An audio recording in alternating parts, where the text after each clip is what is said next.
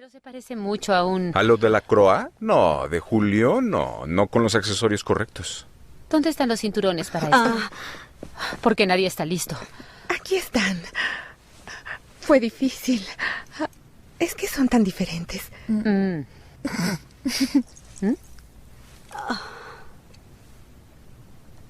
¿Qué es divertido? No, nada. Es solo que ambos cinturones lucen exactamente iguales para mí. Pero sigo aprendiendo de todo esto. ¿De todo esto? Oh. Bien. Veamos. ¿Tú crees que esto no tiene nada que ver contigo? Tú vas a tu armario y eliges ese ridículo y bizarro suéter azul porque intentas decirle al mundo que te tomas muy en serio el elegir lo que usas. Lo que no sabes es que ese suéter no es azul, no es turquesa, no es lapislázuli, es más bien celeste. ¿Y no te has dado cuenta de que en 2002 Oscar de la Renta tuvo una colección de trajes celestes? Después Yves Saint Laurent mostró chaquetas militares celestes. Necesitamos una chaqueta. Y así el celeste de pronto estaba en 8 diferentes colecciones. Se filtró por las tiendas departamentales y después cayó de una trágica esquina casual donde tú, sin duda, lo pescaste de un botadero. Ese azul representa millones de dólares e innumerables empleos. Y es muy curioso que pienses que hiciste una elección que te exenta de la industria de la moda cuando, de hecho, estás usando un suéter que fue seleccionado para ti por estas personas de una pila de cosas. Hola, Evan Montes de Call Throne y hagamos una prueba. ¿Ustedes saben de qué es este comercial? Es de Adidas. Adidas es conocido por sus zapatos deportivos, también su ropa y accesorios deportivos. Pero, ¿dónde están los zapatos, los accesorios, la ropa? ¿Dónde está el nombre y el logo de Adidas? ¿Qué clase de comercial es este? Miremos otro comercial, este de Ford, uno de los fabricantes más grandes en el mundo de autos. Pero, ¿dónde están los autos? ¿Qué es esto? ¿Es una llave? ¿Dónde están todos los productos que supuestamente están vendiendo estos comerciales? ¿Qué está pasando aquí? Bueno, ustedes ya saben lo que está pasando aquí. Voy a mostrarles una imagen sin logo, sin nombre del producto y ustedes me dicen qué es. ¿Listos? Ok, creo que la gran mayoría de ustedes saben que esto es Coca-Cola. Lo supieron sin necesidad de marca, ni de logos, ni nada. Lo supieron porque esto ya está en su memoria. Ustedes ya identifican el producto, los colores, la experiencia y la sensación de esta publicidad. Y por eso es que estas publicidades no están mostrando el producto, porque ustedes ya conocen el producto. El producto en sí es poco comparado a la experiencia, a la sensación, a la emoción que está ofreciendo el producto. A escala masiva, la publicidad no está interesado en dar detalles técnicos de su producto. Es aburridor. ¿Y a quién le interesa? ¿Quién recuerda cosas aburridoras y técnicas? Para los que son de mi generación, dígame quién de ustedes recuerda en el colegio, en clase de física o de geometría, cuál es la diferencia entre un triángulo equilátero, uno isósceles y uno escaleno. Ok, ahora, los que son de mi generación, completen esta canción.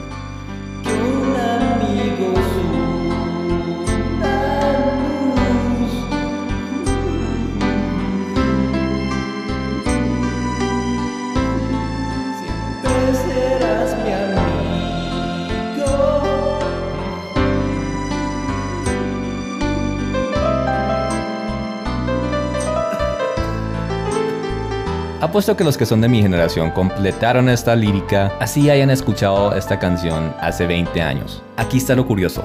Para estos triángulos en clase de geometría en el colegio, ustedes lo aprendieron, lo estudiaron, lo repasaron, hicieron todo lo posible para pasar la materia, para pasar los exámenes en cuanto a estos triángulos, y hoy en día se los ha olvidado todo eso. Al mismo tiempo que usted estudiaba esto en el colegio, esta canción estaba de moda, y esta canción era de entretenimiento. Esto no era de aprendérselo ni hacerlo para un examen ni nada de eso. Y sin embargo, ustedes todavía se acuerdan de su letra, aunque tenga 25 años esta canción. Entonces, ¿por qué se acuerdan de uno y no del otro? Bueno, digamos que uno logró penetrar el subconsciente. Uno logró llegar a sus sentimientos, a sus emociones. Y es ahí en el subconsciente donde las cosas son más arraigadas, donde las cosas, experiencias y situaciones se entrelazan más con el ser humano. Y un canal para llegar a la subconsciencia es las emociones. Es por eso que en muchas de estas publicidades el enfoque ya no se centra tanto en el producto, sino en las emociones y las sensaciones que puede ofrecer ese producto. Y de esa forma se logra colocar el producto en el subconsciente. Así que la próxima vez que usted tenga sed en un día caluroso y lo primero que venga a su mente espontáneamente es una Coca-Cola bien fría, puedes asegurarte que eso no tuvo nada de espontáneo. Eso fue planeado. Ahora, esto no es malo, es parte de lo que es el comercio, la economía, así funcionan las cosas. Pero como todo en la vida, a esto se le puede dar un uso malo. Con esta técnica también se puede manipular a la gente, mentir a la gente, de tal forma que se pueden controlar. A este tipo de manipulación se conoce más como propaganda. Información cargada con intereses particulares para promover una causa, idea o producto. Tomemos un ejemplo. Por siglos, fumar era cosa de hombres. Para las mujeres de sociedad y de clase era algo tabú. En los inicios del siglo XX, una compañía de tabaco llamada Lucky Strike miraba esto y decían que había un 50% de la población, o sea, las mujeres, que era posible clientela, pero por puras cuestiones de tabú no se estaba aprovechando ese mercado. Necesitaban romper ese tabú en la sociedad para que las mujeres empezaran a fumar.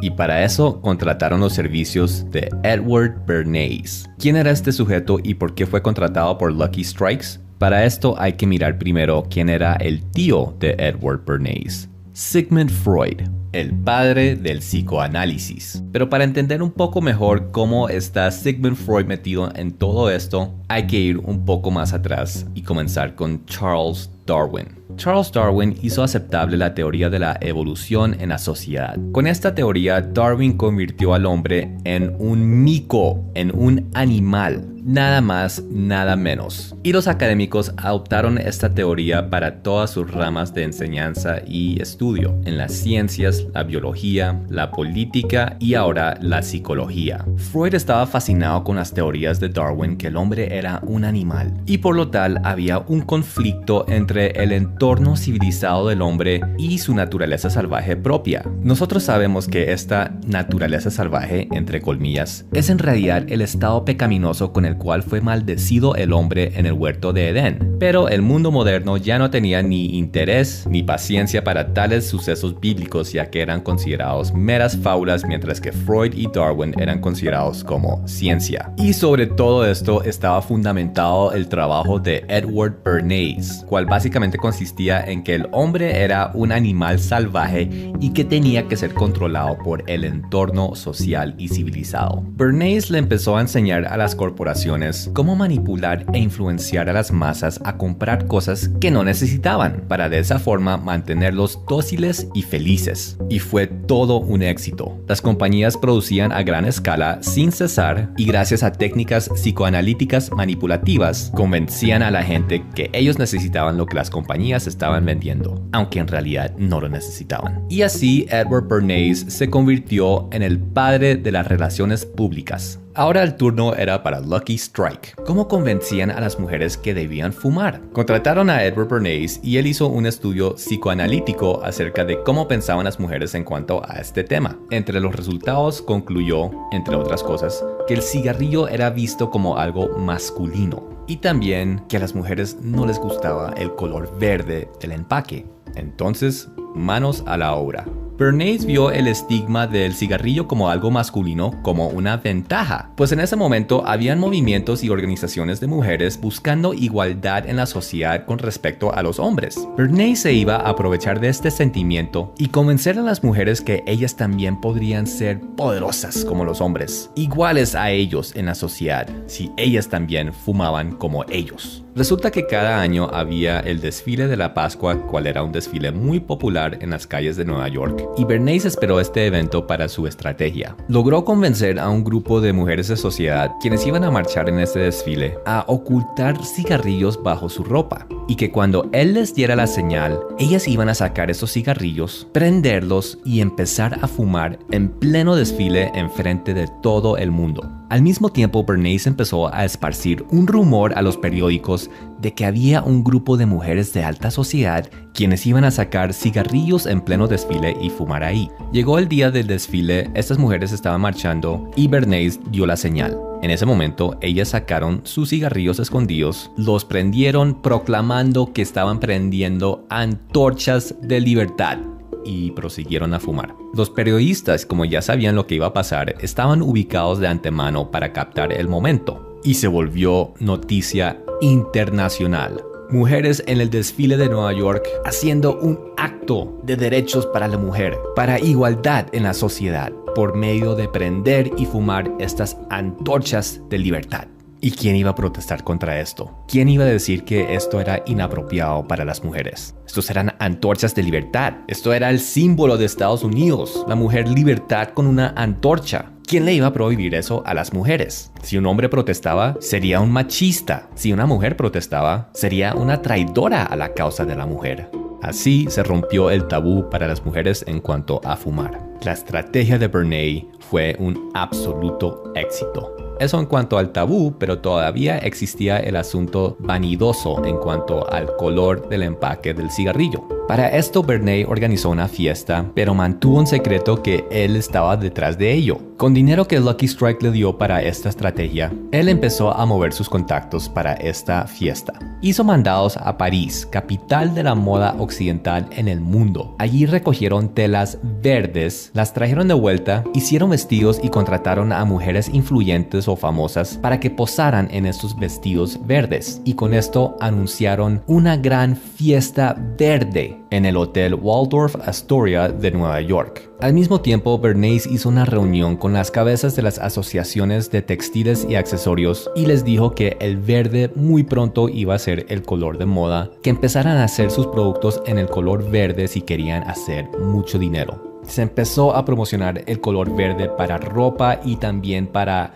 muebles, para accesorios, para interiores de hogar y oficinas, y así por 6 meses fue promocionado el color verde hasta que llegó el día de la fiesta verde. En esta fiesta solo se podía usar trajes verdes, vestidos verdes, joyas verdes, accesorios verdes, incluso la comida, la cena era con comida verde. Y a esta fiesta asistieron las mujeres más glamurosas de sociedad, los ejecutivos más importantes, la gente de la industria del entretenimiento y de moda, y estuvo por todos los medios de comunicación esta fiesta y el verde estaba de moda. Después de esta fiesta, ventas de Lucky Strike en cuanto a mujeres aumentó en un 200%. Años más tarde, Bernays escribió acerca de esto. Hacer énfasis por medio de repetición crea aceptación para una idea, sobre todo si la repetición proviene de diferentes fuentes.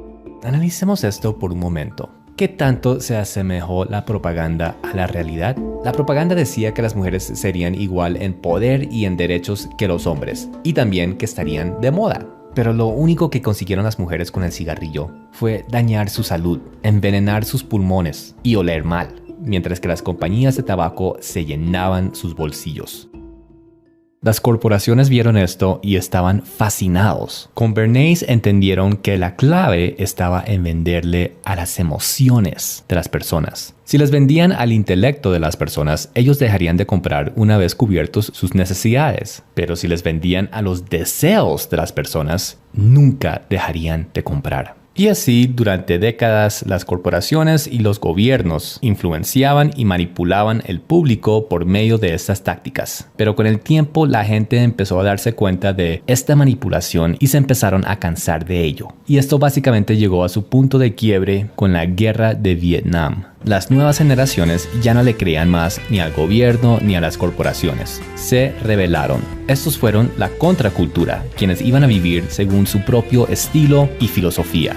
Al principio las corporaciones entraron en pánico, pues hasta ese entonces ellos siempre habían producido a gran escala. Pero ¿qué iban a hacer con esta contracultura que solo se enfocaba en el individualismo?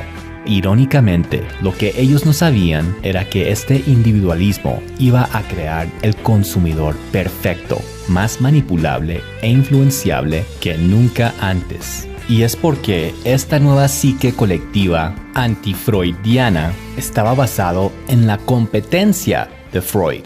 La teoría de Freud era que la naturaleza animal del hombre se expresaba en dos maneras: sexo y violencia, ambas de las cuales eran destructivas para el hombre y tenían que ser reprimidas, por la cual le correspondía a la sociedad crear un ambiente lo suficientemente civilizado para que el ser humano pudiera ser estable y feliz. Pero Freud tuvo un discípulo que se le puso en contra.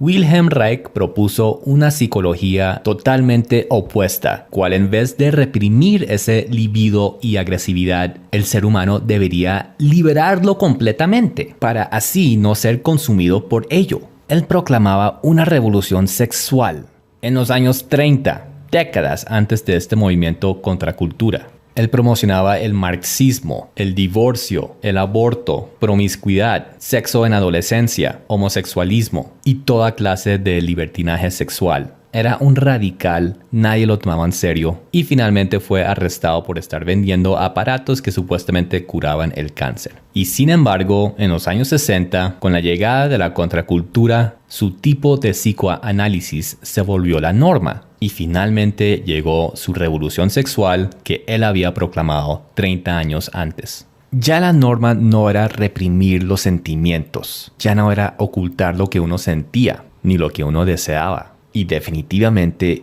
ya no más represión sexual. Las corporaciones y los gobiernos vieron esto y entendieron. Este nuevo sentir, este nuevo psique, se basa en poner los sentimientos, las emociones y los gustos antes que el intelecto, la razón y la objetividad. Y esto, para las corporaciones, significaba una mina de oro, mientras que para los gobiernos, aún más control y poder de influencia. ¿Cómo funciona? A ver, la filosofía y la psicología de la contracultura es de individualismo, es del yo, es de rebelarse contra autoridades. Ya nadie me va a decir qué puedo hacer o qué no puedo hacer, nadie me va a decir qué vestir o qué comer o qué puedo o no puedo ingerir. Yo soy el que mando, yo soy el que decido. Las corporaciones invirtieron millones en analizar esta nueva mentalidad y descubrieron que el truco estaba en crear una idea o sentimiento o filosofía o deseo e implantarlo en la cabeza de la gente para que ellos pensaran que ese era su idea o su filosofía o sentimiento o deseo. Y de esa forma ellos adoptarían pensamientos ajenos creyendo que eso provenía de ellos mismos, de su ser individual. Ahora, eso sería complicado hacerse a una sociedad que usara sus capacidades analíticas y objetivas de una forma primordial. Pero esta nueva sociedad prefería las emociones y los deseos, lo que en esencia es una enorme puerta abierta al subconsciente. Las corporaciones hicieron ajustes a su producción y empezaron a diversificar. Crearon perfiles sociales de esta nueva generación y para cada perfil crearon líneas de productos que complementarían su estilo de vida. Para aquellos que eran de espíritu rebelde y libre, harían productos que reflejara esa libertad y rebeldía. Para los más clásicos, productos clásicos. Para los aventureros, productos aventureros. Y así y hasta hubo productos para todo el mundo para ayudar y asistir a esta gente en su búsqueda de individualidad e identidad propia. Entonces, ¿qué pasa con una sociedad cuando ya deciden poner sentimientos por encima de objetividad, emociones por encima de razón, deleites por encima de disciplina e individualidad por encima de responsabilidad moral? Pues la respuesta está en nuestro mundo moderno.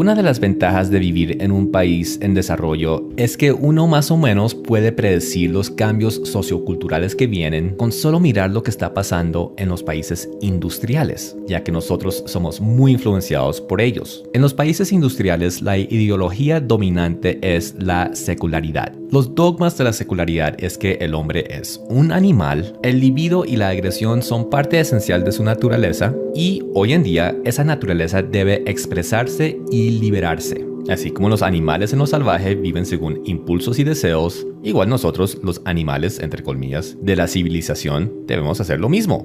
Es natural. Pues esa es la teoría, pero en la práctica estamos viendo resultados desastrosos. Comencemos con una de las peores y más desastrosas consecuencias de la secularidad: el feminismo. La revolución sexual indirectamente trataba del feminismo. Ahora muchos estarán pensando que el feminismo era para los derechos de la mujer e igualdad para ella. Pues esa era la propaganda. Más bien miremos los resultados.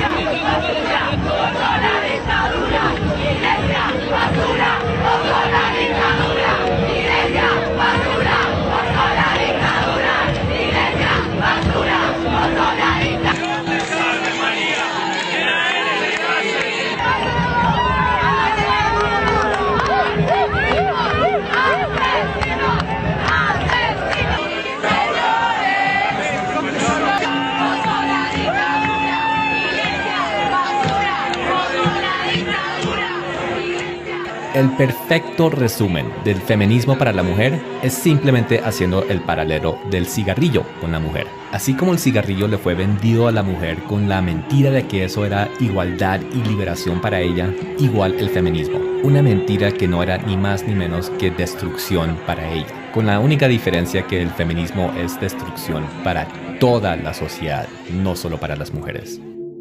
Como dije antes, la propaganda del feminismo era igualdad de derechos, y totalmente de acuerdo. ¿Quién no estaría de acuerdo con eso? Pero en la práctica las mujeres se han degenerado física, mental y espiritualmente gracias al feminismo, debido a que el feminismo no paró en buscar igualdad para la mujer con respecto a los hombres en las oficinas, en la política y en la sociedad en general, sino que prosiguió a que la mujer fuera como el hombre en todo, casi que buscando que reemplazara el hombre. Y el problema con eso es que nosotros los hombres somos muy desjuiciados y muy inmaduros. Ya sé.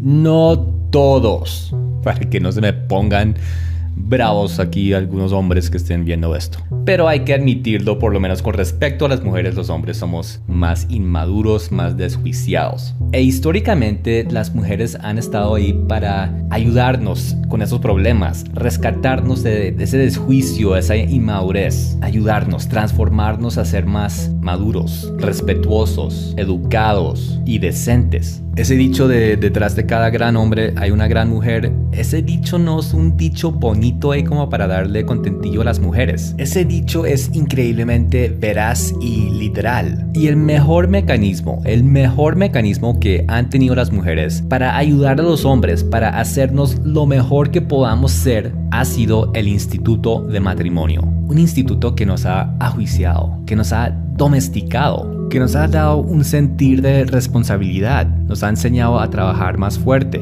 a tener más objetivos y estrategias en la vida, a pasar menos tiempo bebiendo con amigos y más tiempo dedicado a familia. Pero hoy en día el feminismo está en contra de matrimonio, de hijos y el hogar, diciendo que todo eso son creaciones del hombre para oprimir y esclavizar a la mujer. El feminismo ha hecho al hombre el enemigo número uno de las mujeres y ha hecho a las mujeres iracundas a toda hora y por todo.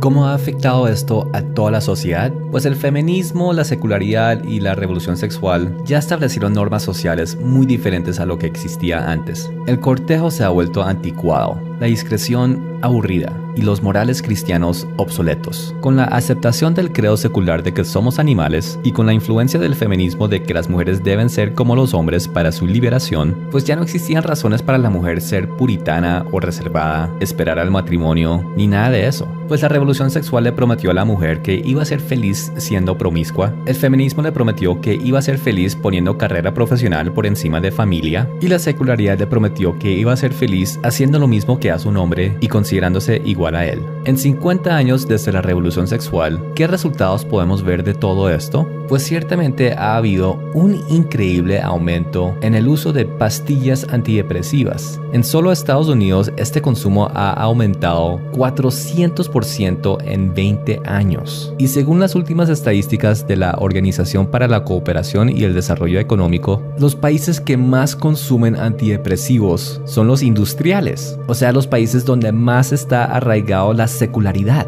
Y bueno, adivinen cuál de los dos géneros es el que más consume antidepresivos. Sí, la mujer.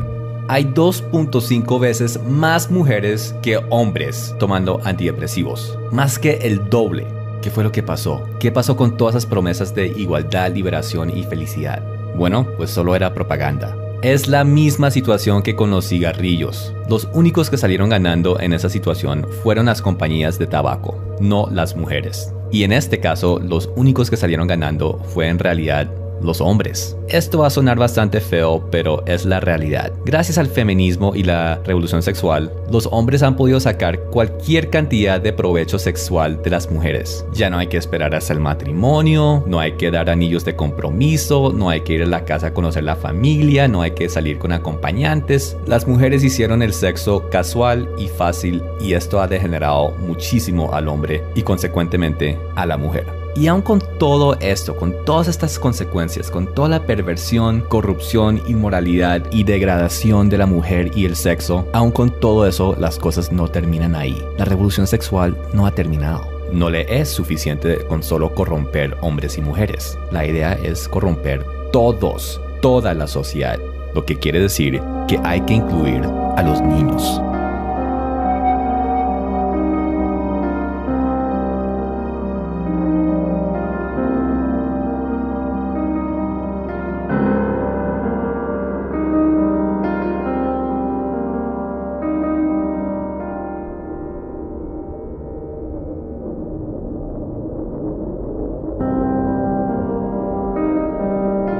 ¿Por qué está pasando esto? ¿Por qué esta perversión e inmoralidad es tan agresiva en contra de mujeres, hombres e incluso los más inocentes, los niños? ¿Qué necesidad hay de hacer esto a nuestra sociedad, a nuestra cultura, a nuestro mundo? ¿Por liberación? ¿Por derechos? ¿De verdad les parece esto avances en la sociedad? Estamos más enfermos que nunca. Tenemos más problemas emocionales y mentales que nunca. Las mujeres están siendo explotadas más que nunca y los hombres se están comportando peor que nunca. Entonces, ¿por qué está pasando esto? Sabemos que por medio de la propaganda se logró introducir todo esto en la sociedad, pero ¿qué está detrás de la propaganda? ¿Qué lo está generando y con qué propósito?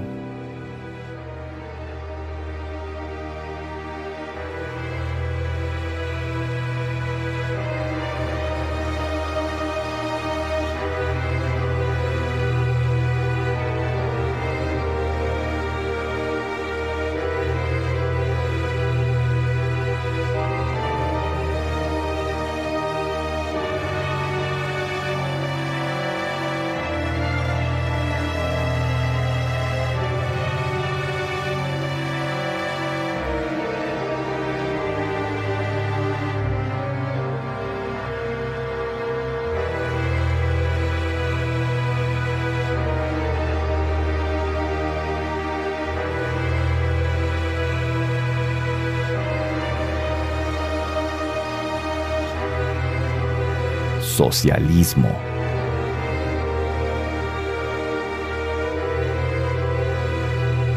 Nunca antes el mundo moderno ha tenido la desgracia de conocer el sistema político más malvado, inhumano, sangriento, infernal, destructivo y desastroso como lo es el socialismo.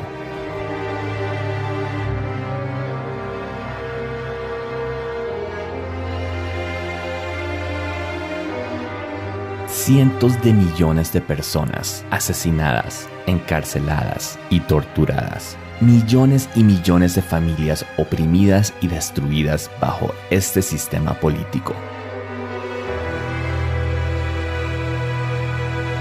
Uno pensaría que después de la monstruosidad que fue la Unión Soviética, los países del mundo jamás volverían a tocar el socialismo. Pero hoy en día vemos un resurgimiento de esta ideología. ¿Por qué? Fácil. Por su propaganda. Voy a argumentar algo. Voy a argumentar que la Unión Soviética no perdió la Guerra Fría. Voy a argumentar que la está ganando. ¿Cómo? Pues de la misma forma que la revolución sexual supuestamente se acabó en los 60s, pero hoy en día vemos que tiene más influencia y fuerza que nunca. Solo que ya no lo llaman revolución sexual. Le ponen otros nombres, como libre desarrollo de la personalidad, o identidad de géneros, o libertad de expresión. Cualquier nombre que suene progresista, positivo, de derechos y de igualdad para todos, no importa el nombre, lo que importa es la agenda detrás del nombre. Y de esa misma forma, quiero argumentar, la Unión Soviética ganó la Guerra Fría. El Occidente pensó que lo había ganado con la caída del muro de Berlín bajo su guardia y así el socialismo se ha estado infiltrando durante décadas en la sociedad y cultura occidental. Comencemos desde el comienzo. En el siglo XX, muy básicamente hablando, el mundo estaba dividido en oriental y occidental. Oriental tenía que ver con el sistema político socialista y occidental tenía que ver con el modelo económico capitalista. La potencia socialista era Rusia con su unión de repúblicas socialistas soviéticas y la potencia de los capitalistas era, claro está, Estados Unidos. La propaganda detrás del socialismo es que el capitalismo es lo peor, es lo más opresivo, inhumano e injusto que existe para el ser humano, mientras que el socialismo es de igualdad y derechos para todos. Así la intención de Rusia era de convertir el mundo entero a socialismo, y de eso trataba la Guerra Fría. Sin embargo, entre más pasaba el tiempo, menos entusiasmo había para socialismo. El capitalismo no se estaba convirtiendo en esa tiranía y opresión que tanto promulgaban los socialistas debido a una cosa que existía en el occidente: el cristianismo. El más grande obstáculo para la Unión Soviética no era los miles de misiles nucleares apuntando hacia ella, ni era la economía fuerte que gozaban los países occidentales, era Jesús. ¿Por qué? Porque en el socialismo, el Estado es el que tiene que crear la utopía para el hombre. Tiene que crear la prosperidad, la abundancia, los medios, las herramientas y en esencia la felicidad del pueblo. Y todo esto a su vez tiene que generar una lealtad absoluta y completa del pueblo al Estado. El pueblo tiene que ver al Estado y al líder del Partido Socialista como la fuente de todo lo bueno en sus vidas. Tiene que crearse una devoción al Estado y al líder, lo cual entra en completo conflicto con Jesús. En una sociedad donde Jesucristo está presente en las mentes y corazones del pueblo, el socialismo no puede funcionar completamente porque la lealtad del pueblo va a ser primero para Jesús y no para el Estado. Y la gente va a juzgar al Estado con las palabras y mandamientos de Jesucristo, quitándole ese control y poder absoluto que tanto necesita el Estado en sociedades socialistas. Y así, durante décadas, el socialismo mostró ser un completo, total y absoluto fracaso en sus promesas de utopía, mientras que el occidente prosperaba. Si pretendía conquistar el mundo, el socialismo definitivamente tenía que cambiar de táctica. Hubo por lo menos un socialista que entendió esto. Antonio Gramsci era un italiano que entendió que el socialismo tenía que ser aceptado internamente por el hombre y no forzado al hombre externamente por medios de violencia y amenazas, lo cual es bastante común para el socialismo. Y con este concepto se inició la famosa marcha larga a través de las instituciones, la cual era la táctica de infiltrar marxismo y socialismo sutil y camufladamente en todas las instituciones educativas, culturales y políticas de los países occidentales. Y de esa forma el socialismo iba a conquistar el occidente internamente, con cultura y propaganda dirigidas a las emociones, sin necesidad de guerras ni conflictos armados. Pero antes que todo eso, hay que sacar a Dios de las mentes y corazones de los occidentales. ¿Cómo iban a hacer esto los socialistas? Pues no tuvieron que hacerlo.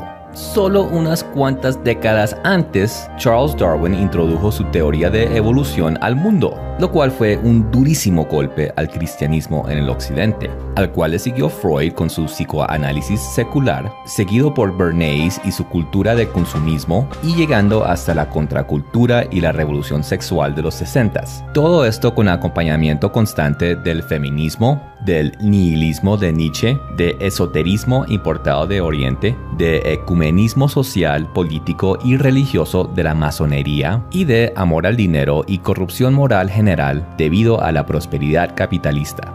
Sería realmente absurdo pensar que todo esto fue una fantástica, increíble coincidencia, que todo esto se estaba dando casi simultáneamente. Pero no hay coincidencias. Hay un solo plan detrás de todos estos elementos, por más diversos y diferentes que parezcan. Ya hablaremos de quién está detrás de ese plan. Para llevar a cabo la táctica de la larga marcha a través de las instituciones, se formó lo que llegaría a llamarse la Escuela de Frankfurt, un grupo de intelectos radicales marxistas que iban a ingeniar métodos de penetrar la cultura occidental con marxismo. Se formaron en Alemania, pero pasaron a la Universidad Columbia de Nueva York y ahí desarrollaron programas de estudio para los jóvenes estudiantes, como lo es la teoría crítica, que como su nombre lo insinúa, critica todo, pero no todo, solo todo lo occidental. Esta teoría crítica empezó a esparcirse por todas las universidades y colegios y sirvió de fundamento para muchas áreas de estudio y clases, como estudios de la política, las ciencias sociales, la cultura, arte, etc. Y la idea tras esto era que todo lo occidental, que todos los valores y tradiciones occidentales llegaran a tener una connotación negativa, que cualquier cosa occidental llegara a generar y despertar sentimientos negativos hacia esa cosa, y así el individuo empezaría a sentir rechazo por eso.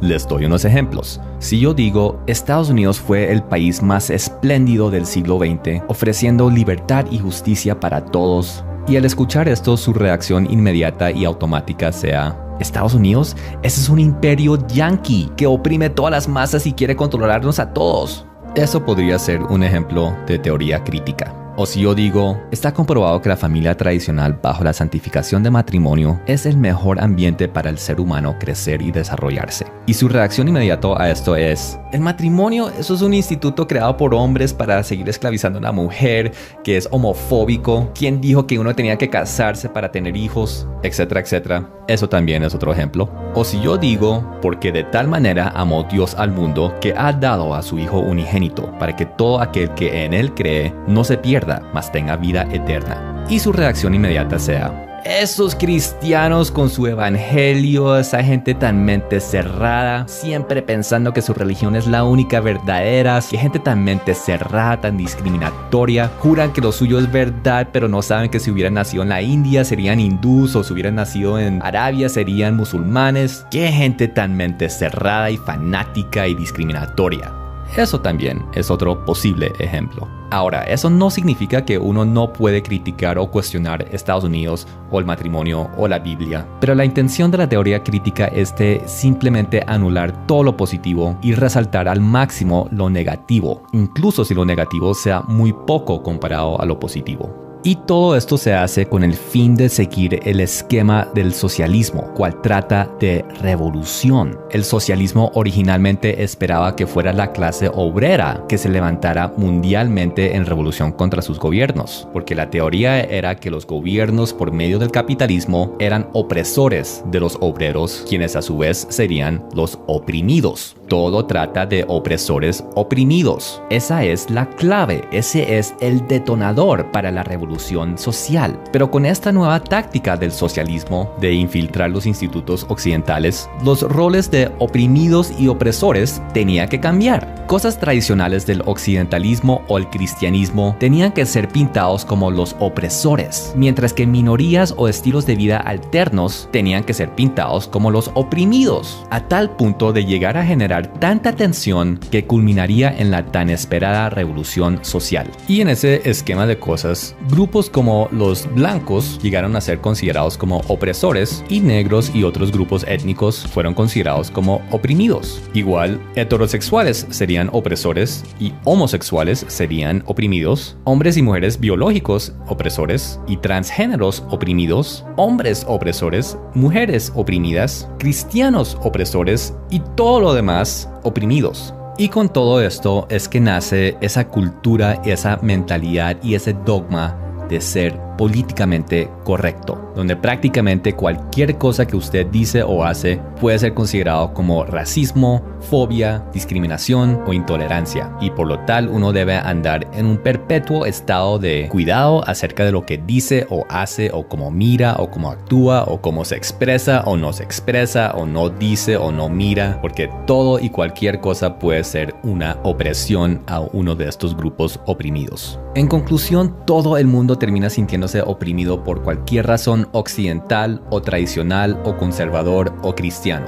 Y esto es exactamente de lo que trata el socialismo. Todo esto es un plan y un programa socialista, solo que jamás se van a usar terminología socialista, porque como dije antes, la idea es que la gente crea que estos pensamientos y estos sentimientos son propios de ellos mismos y no que hayan sido manipulados a aceptarlos subconscientemente. Por eso es que en la sociopolítica occidental nunca se escuchan palabras como socialismo, comunismo o marxismo, sino que se usan palabras con una connotación más positiva, como liberalismo o partidos liberales, que tienen que ver con la palabra libertad. ¿Quién no quiere ser libre? O progresistas, de la palabra progreso. Progreso es algo bueno. O democracia social. ¿A quién no le gusta la democracia? Muchas palabras positivas que en realidad son pura propaganda. Entonces la pregunta es, ¿qué tanto éxito ha tenido esta escuela de Frankfurt y este plan de infiltración marxista en la mente y los corazones de la población occidental? Pues ha sido enormemente exitoso, no más en cuanto al cristianismo. Europa está completamente secularizado y Estados Unidos va en esa misma dirección. Los medios masivos son en un 95% liberales o de la izquierda. Constantemente promocionan todo lo que es corrupto e inmoral según la Biblia. Los negros y las minorías son cada vez más racistas contra los blancos en los países donde viven. Las mujeres cada vez más radicales en cuanto a sociedad, hombres, matrimonio y cosas tradicionales para la mujer. Y los jóvenes cada vez son más ofendidos por todo y por nada, cada vez menos capaces de usar su intelecto y su razón y volviéndose personas que solo saben reaccionar emocionalmente. Miremos algunos ejemplos. Esta es Maria Kang. Hace poco ella insultó a millones y millones de mujeres en Estados Unidos. ¿Qué fue lo que hizo? Pues ella tiene 3 hijos y publicó una foto de ella estando en excelente forma. Puso como título de su foto, ¿cuál es tu excusa? Todo para demostrar a las mamás que sí era posible ponerse en forma después de tener hijos. Y sin embargo fue acusada de estar humillando a las gorditas, de ser intolerante y hacerle bullying a otras mujeres. A tal punto que tuvo que salir en todos los medios de comunicación explicando que ella no quería ofender a nadie y que solo quería inspirar a las mujeres a vivir sanamente.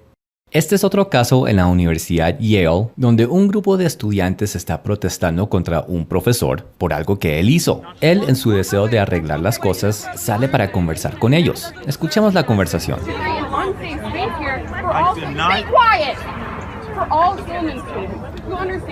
Noten lo irrespetuosa que esta estudiante es con el profesor, mandándolo a callar. Lo que sigue es ella haciéndole el reclamo de que él como profesor tiene el deber de hacer de la universidad un lugar hogareño y cómodo para los estudiantes, a la cual él dice que no está de acuerdo con eso, pues porque es un profesor, él no es el papá de nadie. Y vea cómo reacciona ella. Create a place of comfort and home for the students that live in Silliman. You have not done that. By sending out that email, that goes against your position as master. Do you understand that? Then no, I don't agree with that. Then why the f*** did you accept the position? You should step down! If that is what you think about being a pastor, you should step down! It is not about creating an intellectual space! Le empieza a gritar y a exigir que se explique por qué está trabajando ahí si no quiere hacer la universidad un hogar para los estudiantes. Que él no tiene nada que hacer ahí, que él es asqueroso y que se debe ir. ¿Y qué fue lo que hizo este profesor? Por Dios. Pues resulta que esto está tomando lugar en época de Halloween. Y estos estudiantes están molestos porque hay muchos disfraces que les ofenden porque son supuestamente culturalmente insensibles. Como por ejemplo disfrazarse de mariachi es una ofensa a los mexicanos. Disfrazarse de geisha es ofensa a los chinos, etcétera, etcétera. Y estos estudiantes están ofendidos, quieren que la universidad tome medidas contra esto. Y este profesor les escribió un email a todos los estudiantes diciendo que se relajaran, que disfrutaran el Halloween, que eso era una fiesta nomás. Y mejor dicho, aquí ven los resultados de decirle que se relajaran. Y notarán lo paciente y respetuoso que es el profesor con la estudiante, pero más bien yo diría que es miedo. Miedo porque cada vez hay más casos de profesores siendo despedidos con la más mínima ofensa, entre comillas, que tal vez pueda posiblemente sienta cualquier estudiante. Esto debido a que las universidades en los países industriales son como los medios masivos en que la gran mayoría son liberales, o sea, de la izquierda, o sea, de filosofía socialista. Y en el socialismo, el opresor es el enemigo. Y este profesor sabe que si a él lo consideran opresor en cualquier manera, lo van a despedir. Y así las universidades liberales ya no son un lugar donde se forman los jóvenes para ser adultos y entrar al mundo real, sino que ahora son una regresión al jardín infantil donde los estudiantes tienen que sentirse consentidos, mimados, cuidados, amados, en hogar, cómodos y que nadie los moleste, que nadie los ofenda, que nadie los haga sentir mal en ningún momento, de ninguna manera. Miremos el último caso. Este trata de una mesera. ¿Y qué le pasó? ¿Por qué están las noticias? Bueno, pues resulta que entraron unos clientes y no les gustó que su mesera tuviera cabello azul, tatuajes y piercings. Entonces pidieron otra mesera. He says she doesn't like the way you look, she doesn't like what you represent, you know, the tattoos, the hair, the piercings, so she wants a new server. ¿Y cuál es la noticia? Pues la noticia es que la hicieron llorar. La hicieron llorar porque no les gustó su cabello azul, tatuajes y piercings. Fue tan traumático este evento que lo tuvo que publicar en Facebook. Y miles de personas le respondieron, le dieron apoyo, le dieron regalos y le dieron dinero. People tell me I'm awesome, keep doing me. They would love to let me serve them. They're going to come in with their families. It's just 100% like overwhelming happiness and positivity from the community. Todo para animarla y hacerla sentir mejor por este acto de discriminación contra ella. Pero eso no fue todo, porque al otro día todos los compañeros de trabajo se pintaron el cabello también de colores para mostrar apoyo y solidaridad con esta pobre víctima de discriminación, intolerancia y odio. Y bueno, ese es el aspecto que empieza a tomar una sociedad infiltrada de marxismo cultural, teoría crítica e ideología políticamente correcta. Estos son los frutos de la escuela de Frankfurt. Gente con un sentir de estar constantemente siendo oprimidos por todos lados, por todo el mundo. Y siempre necesitando luchar contra esos opresores. Contra esa sociedad llena de esta gente que discrimina, que no tolera, que tiene fobias. Definitivamente hay que luchar contra ese sistema y cambiarlo.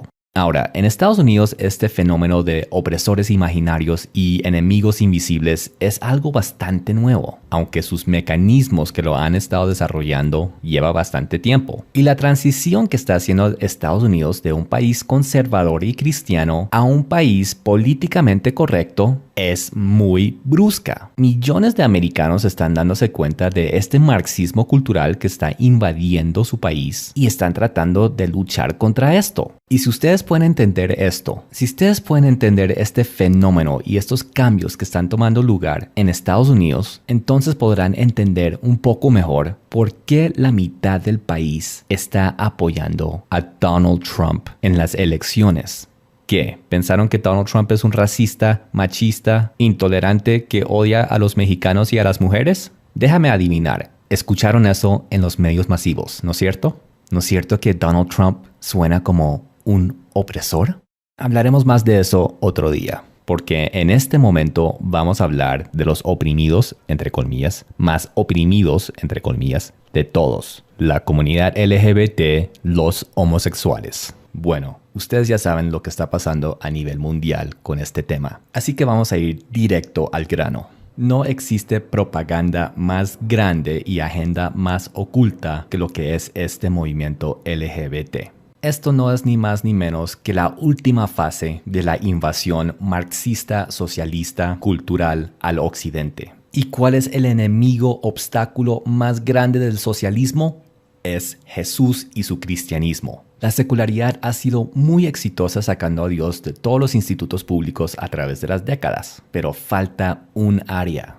El matrimonio es la última expresión cristiana pública que queda en el occidente. Es la última institución pública donde se transmiten y promueven valores cristianos de generación a generación. Y por tal es el objetivo número 1 de este socialismo. Lo cual quiere decir que la táctica está en que Jesús y o la Biblia y o los cristianos queden como opresores, horribles, odiosos opresores que odian, discriminan, rechazan, desprecian a otros grupos oprimidos. Y esto, en medio de una sociedad políticamente correcta, va a generar sentimientos de rechazo total contra el cristianismo.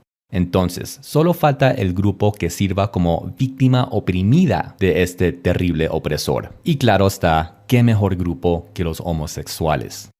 ¿Pensaron que esto trataba de amor por los homosexuales, de derechos e igualdad para ellos? Bueno, pues pregúntense esto. ¿Será que hace 100 años las compañías de cigarrillos realmente tenían amor por las mujeres, queriendo que ellas fumaran para tener igualdad de derechos? ¿Es por eso que querían que empezaran a fumar? ¿Y cuáles han sido los resultados de esto? ¿Acaso no es un hecho que el cigarrillo ha matado a miles y miles de mujeres? Bueno, eso es exactamente lo mismo que está pasando con los homosexuales. Ellos y sus simpatizantes están siendo usados y manipulados al máximo para otros fines. Y así como la propaganda del cigarrillo terminó destruyendo a la mujer por medio de manipulación emocional y algo de placer físico, igual hará la propaganda homosexual con los homosexuales y el resto de la sociedad. ¿Y cuál es esta propaganda? Pues mirémoslo y comparémoslo con la realidad. El primer elemento propagandista es la que todos ya conocemos, que esto es un asunto de igualdad. Y con igualdad lo que realmente quiere decir es matrimonio, que los gays también tienen derecho al matrimonio como los heterosexuales. Pero si dejamos a un lado las reacciones emocionales y usamos el intelecto, ¿realmente esto trata de igualdad? ¿De verdad existía prohibición para que los gays se casaran? Pues miremos unos casos históricos de gays. El autor homosexual Oscar Wilde estuvo casado con esta mujer, Constance Lloyd, en 1884. El cantante homosexual Elton John estuvo casado con esta alemana en 1984. Y Bruce Jenner, hoy conocido como Caitlyn Jenner, estuvo casado 3 veces. La primera vez en el 72, después en el 81 y después en el 91. Y ahí lo tienen. Pruebas absolutas que los homosexuales sí se podían casar, igual que los heterosexuales. ¿Ven? Nada de discriminación. ¿Cuál discriminación? Ahí tienen las pruebas. Pero entonces los que están a favor del matrimonio gay dirán, sí, pero es que no se podían casar hombres con hombres o mujeres con mujeres. Ajá. Entonces, en realidad, estamos hablando de otra cosa, ¿no es cierto? No estamos hablando de igualdad como acabamos de comprobar, sino que estamos hablando de distorsionar el instituto de matrimonio, de reconfigurarlo a algo que no es. Entonces, ¿por qué se usa esta palabra igualdad? ¿Por qué todo el mundo cree que trata de igualdad? Pues porque la palabra igualdad es una palabra que dispara sentimientos y reacciones emocionales, mientras que distorsión es una palabra técnica y negativa. Y así esta palabra igualdad puede enlazar el matrimonio homosexual con otras causas o situaciones de desigualdad, injusticia, racismo, como por ejemplo esclavitud en las Américas, apartheid en Sudáfrica y otras situaciones de discriminación. Y en conclusión, la gente termina pensando que esto es una causa de justicia y de derechos humanos. Y los que están en contra de esto es igual a los que estaban en contra de los negros o liberación de esclavos o derechos humanos, etc. Pero todo es propaganda, es una gran ilusión. Esto solo trata de distorsión de matrimonio. Ahora, muchos dirán, ¿y qué? Da la misma. Igualdad, distorsión, ¿qué importa? Deje que los gays se casen. ¿Cuál es el problema? Bueno, he aquí el problema. Como dije antes, el instituto de matrimonio es la última expresión y manifestación pública del cristianismo y la palabra de Dios en la sociedad occidental. Y si esto se acaba o se distorsiona, igual se acaba o se distorsiona la palabra de Dios para una sociedad, lo que significa que ya no habrá una referencia absoluta para definir qué es bien y qué es mal. Todo se vuelve relativo. Y por lo tal, no queda más opción de que el gobierno tome el lugar de Dios y el gobierno sea lo que defina qué es bien, qué es mal, qué es permitido, qué no es permitido. Y así, inevitablemente, la sociedad se vuelve socialista, mientras que el gobierno y el gran líder se vuelven Dios. Y muchos volverán a decir, ¿y qué? ¿Cuál es el problema con el socialismo? Podemos ser democracia socialista como Suecia o Dinamarca o Finlandia. Pues bueno, creo que ya es hora de revelar de qué trata todo esto. ¿Recuerdan cuando dije que todos esos elementos anti-Dios, anti-familia, sucediendo casi simultáneamente, no es una coincidencia? ¿Que hay un plan, hay una agenda detrás de todo esto? Pues resulta que la Biblia nos habla de quién está detrás de todo esto. Es el príncipe de este mundo, el Dios de este siglo.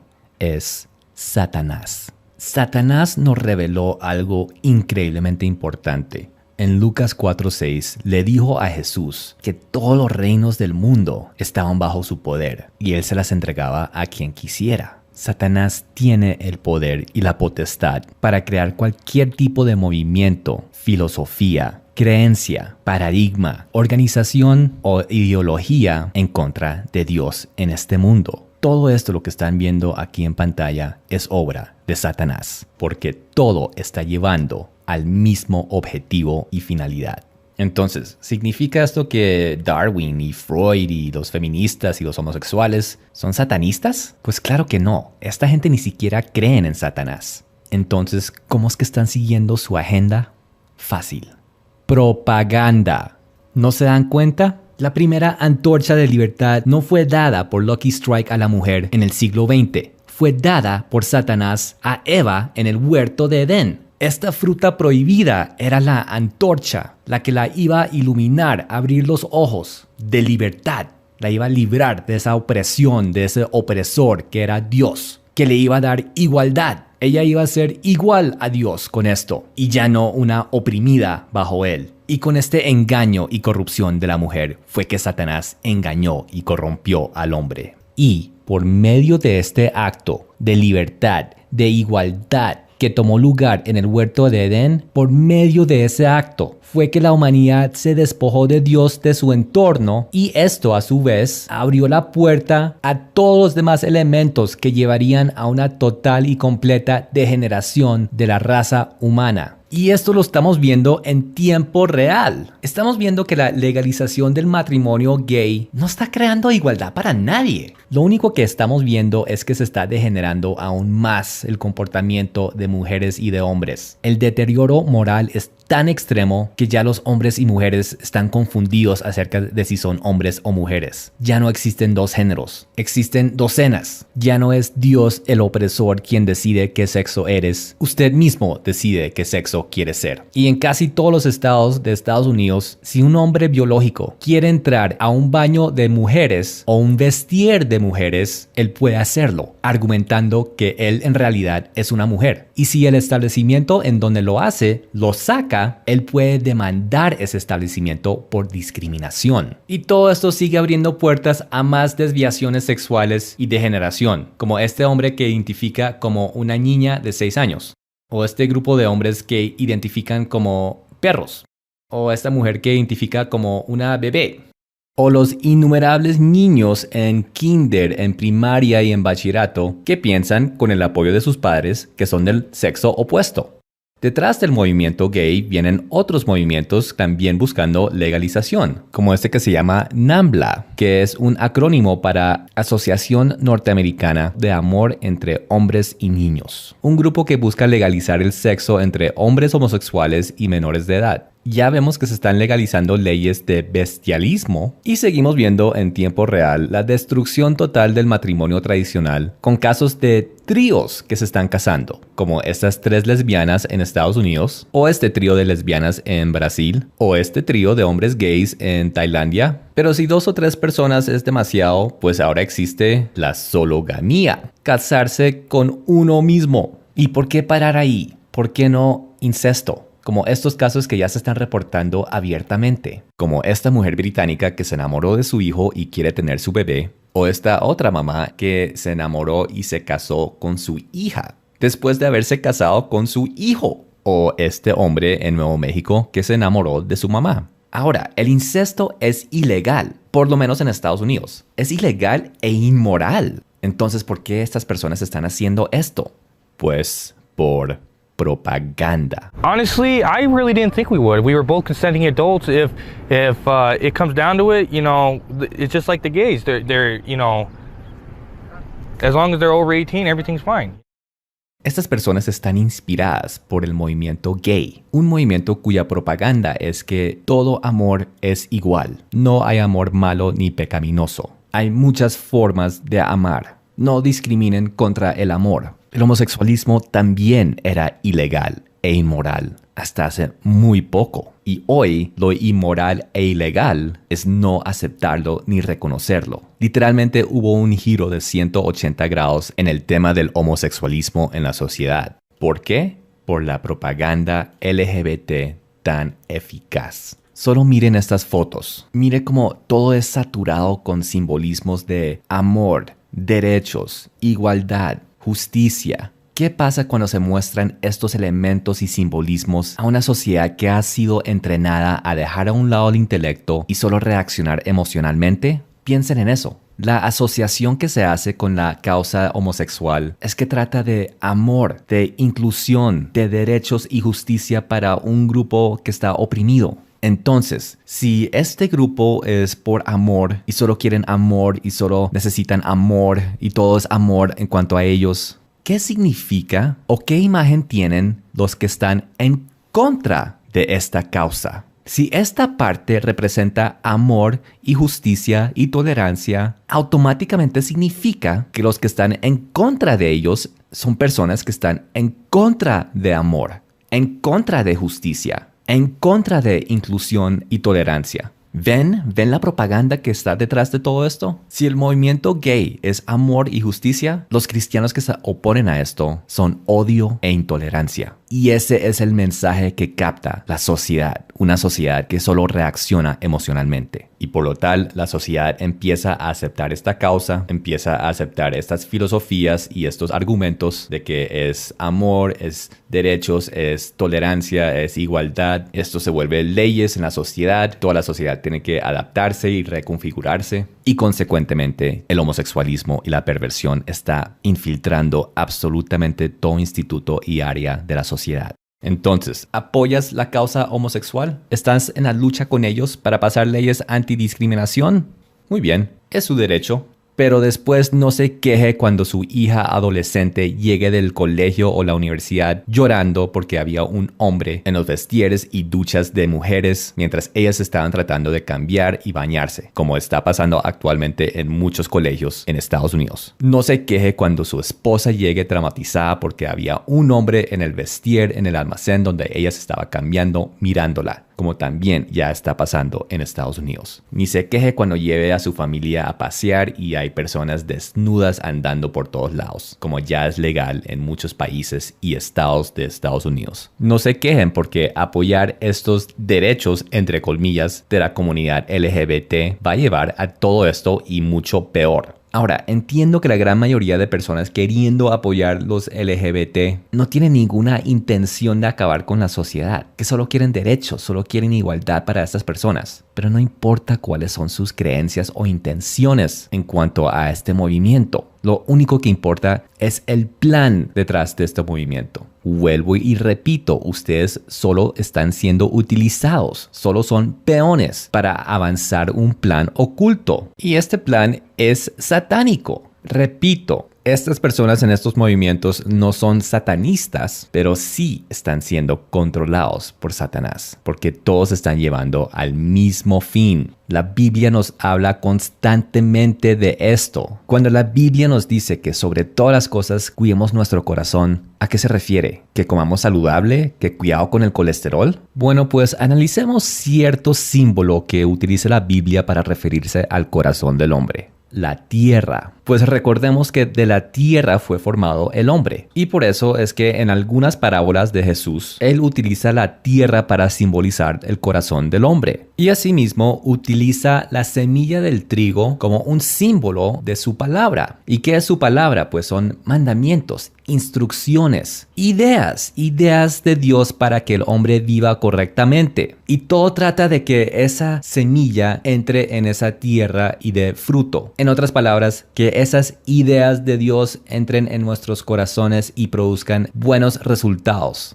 Pero Satanás también puede hacer lo mismo. Eso lo podemos ver en la parábola del trigo y la cizaña, donde un hombre tenía un campo, plantó buena semilla y que dio buenos resultados, pero cuando se fue a dormir llegó el enemigo y plantó malas semillas. Y así hubo buen fruto y mal fruto, lado a lado. Este mecanismo lo podemos ver en un caso real, cuando Judas fue poseído por Satanás. Pero noten algo de esta posesión en que Judas ni se volvió loco, ni perdió el control, ni perdió el conocimiento, ni nada. Estuvo completamente normal, pues no fue una posesión como la conocemos, sino que fue una idea implantada. Tal como dice Juan 13:2. Y esa idea era de entregar a Jesús por una recompensa. Lo cual hizo y después Satanás lo dejó y ahí fue cuando se arrepintió. Ya cuando esa idea se salió de su cabeza, Judas se arrepintió de lo que hizo. Pero entiendan, fue la voluntad de Judas de hacer esto según la idea. Judas pudo haber rechazado esa idea. Y por eso Judas jamás fue tomado por inocente acerca de lo que hizo. Porque siempre estuvo en control y siempre tuvo la capacidad de decidir. ¿Y por qué le fue fácil a Satanás implantar una idea en Judas? Porque Judas era un hombre dominado por sus deseos y emociones. Judas era un ladrón, robaba de la tesorería de nadie más ni nadie menos que Jesucristo. Y él lo sabía, sino que sus emociones y deseos eran tan fuertes que le robaba a Jesús aún sabiendo que era el Hijo de Dios. Y esos son presa fácil para Satanás, personas controladas por emociones y deseos. Y entendiendo esto de la tierra, del corazón, de la semilla de trigo, la cizaña, que es la palabra, que son ideas, entendiendo todo eso pueden tener una mejor idea de lo que pasó en el huerto de Edén. ¿Cuál fue la maldición que Dios pronunció en el huerto de Edén con la rebeldía del hombre? Leamos cuidadosamente. Dios dijo: maldita será la tierra por tu causa, espinos y cardos te producirá, con el sudor de tu rostro comerás el pan. ¿Dios realmente maldijo el campo y la tierra cuando estos no tenían nada que ver con lo que pasó en el huerto?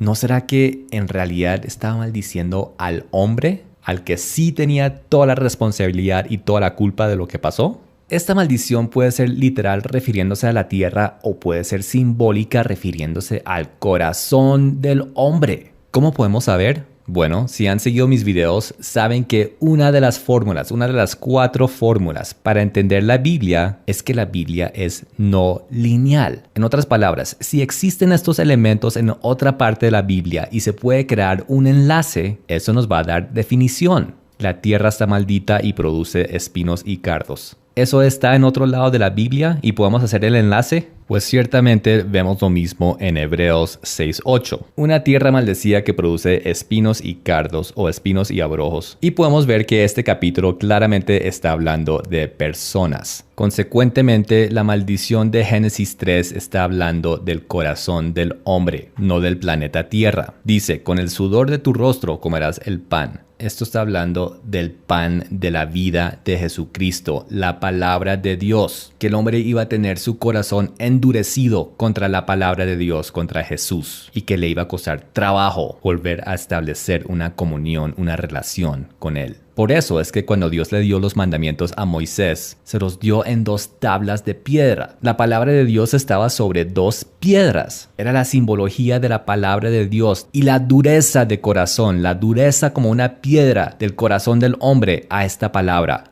Pero Dios prometió que iba a quebrantar esa maldición y todas las demás maldiciones por medio de su Hijo Jesucristo, que iba a quitar ese corazón de piedra y darnos un corazón de carne e iba a restablecer esa comunión y esa relación que perdimos en el huerto de Edén. Sin embargo, muchísimos y millones y demasiadas personas en este mundo siguen con ese corazón de piedra contra Dios, contra su palabra, y siguen buscando cómo deshacerse de la palabra de Dios en la sociedad. Ese pan de vida, esa comida espiritual que es la palabra de Dios. Ahora, hay algo muy curioso que sucede cuando un país se vuelve socialista, porque ustedes saben que el socialismo quiere acabar con la palabra de Dios, porque quieren poner el gobierno y el gran líder como Dios. Algo muy curioso sucede en estos países, y es que muchas veces el socialismo es acompañado de hambre, y no cualquier hambre. Hambre devastador, lo cual es increíblemente irónico, siendo que la abundancia en agricultura es una de las promesas de la utopía socialista. La Unión Soviética tuvo varios episodios de hambre donde literalmente millones de personas murieron. En China, debido a reformas socialistas agrícolas, hubo una hambruna que se dice mató hasta 45 millones de personas. Camboya, cuando se volvió socialista, inició una hambruna que se dice mató hasta el 20% de la población. Corea del Norte también ha tenido severos problemas de hambruna, a tal punto que desertores de ese país dicen que hay canibalismo en las áreas rurales. Y todos conocemos de esas largas filas en Cuba para conseguir lo poquito de comida que hay en ese país. Pero ahora nuestro hermano Venezuela, las historias de horror que están saliendo de ese país, de la escasez de comida, de gente literalmente cazando perros en la calle para comer algo. Cada vez que se establece este horrible sistema socialista, sistema anti-Dios, anticristo, sistema que dice que el gobierno y el gran líder son los que dan prosperidad, los que dan comida y los que llenan los campos de abundancia de trigo y de comida. Cada vez que el hombre se atribuye lo que únicamente es de Dios y solo le pertenece a él, cada vez termina en completo y absoluto fracaso. Debido a la propaganda de libertad e igualdad del diablo en el huerto de Edén, Adán y Eva trataron de establecer el primer sistema socialista, donde ya no iba a reinar la palabra de Dios ahí, sino que ellos iban a reinar, ellos iban a ser Dios. Y lo único que hicieron fue crear hambruna, espinos y cardos para comer. Y eso es lo que vemos cada vez que se saca la palabra de Dios por medio del socialismo. Hay una sincronización en donde la escasez que se crea de la comida espiritual, cual es la palabra de Dios, se manifiesta en la tierra con escasez de comida física y el comienzo de hambruna. Y este socialismo cultural que ya está implementado en toda Europa, en casi todos Estados Unidos y llegando a nuestros países latinos, es con la intención de crear un sistema socialista global. ¿De qué estoy hablando? Bueno, todo este tema, todo este video hablando de socialismo es en realidad lo que nosotros conocemos hoy en día como el nuevo orden mundial. El nuevo orden mundial ya no es teoría de conspiración y no es nada nuevo, es socialismo, solo que a nivel global. Ya hay mecanismos trabajando a toda marcha para este plan. Uno de los más visibles siendo los Objetivos de Desarrollo Sostenible de las Naciones Unidas. Un plan político, social y cultural para todo el mundo, al igual que la red de ciudades fuertes y otros mecanismos. ¿Y qué más podemos esperar de este nuevo orden mundial, este socialismo global, sino hambruna? Imaginen un mundo donde escasea la palabra de Dios. ¿Cómo se va a manifestar físicamente esto? Hace unos años yo hice un video que se llama Abejas desaparecidas y la hambruna venidera, donde hago el argumento de que Dios está avisando de una gran hambruna venidera. Y Dios está avisando acerca de todo esto, fin de tiempos, cosas que debemos saber y preparaciones que debemos hacer. Y con esto anuncio mi próxima serie que se llamará Análisis Apocalipsis. Una serie que va a hablar sobre lo que viene, qué esperar, cómo podemos irnos preparando, qué cosas ir evitando, etcétera, etcétera. Un tipo de guía para lo que viene, porque ya está aquí, ya es fin de tiempos. Nosotros somos la generación escogida para estos tiempos.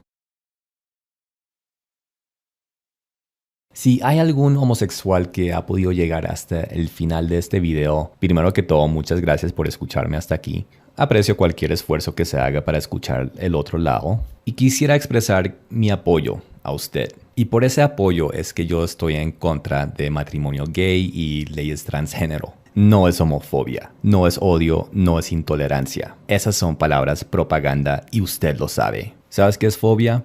Fobia es un terror o un miedo excesivo e irracional e incontrolable. Es un temor ilógico, es un trastorno psicológico. En pocas palabras, es una enfermedad mental. La sociedad quiere que usted me considere un enfermo mental si no estoy de acuerdo con usted. De eso trata la palabra homofóbico. Y si yo soy una persona con enfermedad mental, significa que lo que yo digo son locuras. Locura y odio. Eso es lo que quiere la sociedad, que se considere cualquier argumento u opinión en contra del homosexualismo. ¿Por qué?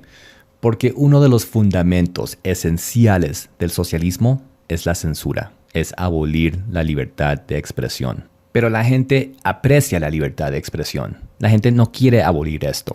Por eso es que este socialismo oculto utiliza métodos ocultos. Y así este sistema socialista oculta, en vez de decir que va a poner leyes y pasar leyes que quiten la libertad de expresión, en vez de eso va a decir que va a pasar leyes anti-odio. Va a pasar leyes en contra de discurso y palabras de odio, de discursos y palabras ofensivas e intolerantes que provienen de personas con odio, con locura y otras enfermedades mentales. O sea, yo, el cristiano. Y tal vez eso es lo que usted quiera. Después de todo, yo soy el opresor. Y usted el oprimido luchando por los derechos y la justicia, ¿no es cierto? Y pronto llegará su día, porque estas leyes ya existen. Tal vez no en Colombia o en países latinoamericanos, pero existen en países industriales. Y van a llegar al resto del mundo. Y el día que cierren este canal mío en YouTube, el día que me multen a mí o me amenacen con cárcel por no estar de acuerdo con leyes homosexuales, en medio de su celebración, quiero que tome un solo minuto para darse cuenta que eso en realidad no es victoria suya. Es una ilusión. Es la señal que el nuevo orden mundial, este socialismo global, ha llegado a nuestro país y a nuestra región. Y con este van a llegar más leyes de esta naturaleza, de este tipo. No para protegerlo a usted, no para derechos de ninguna minoría. Recuerde que mientras yo esté hablando y otros cristianos e iglesias estén hablando en contra de matrimonio, por más que le cause ofensa, por más que le disguste, eso es una señal de que todavía existe libertad. Recuerde eso. Y es por eso que yo lo apoyo a usted. Y apoyar a una persona no es decirle a esa persona que haga lo malo, que haga lo que uno sabe que va a destruirlo. Uno no le dice a una persona que quiere que siga bebiendo si eso le causa placer, que siga consumiendo droga si eso es lo que le gusta, que siga comiendo excesivamente si eso es lo que ama. Eso no es apoyo. Si yo sé que el pecado destruye las almas de la gente y no le digo que eso es destrucción, que eso es maldición, si yo no le digo eso sabiendo que es cierto, eso no es amor y eso no es apoyo. Si usted fuera mi enemigo, yo le diría: cásese con una persona de su mismo sexo o vístase como una persona del sexo opuesto. Si usted fuera mi enemigo, yo le estaría diciendo esas cosas. Yo no soy su enemigo y yo lo quiero ver con vida, no con muerte, con bendición y no con maldición. Y por ese apoyo y por ese deseo que usted también tenga la vida y la salvación que Jesucristo me ha dado a mí, por esa razón no apoyo el matrimonio gay ni esta libre identidad de géneros. Quien quiera que seas, espero poder conocerlo pronto. Espero poder hablar con usted personalmente algún día. Dios lo bendiga.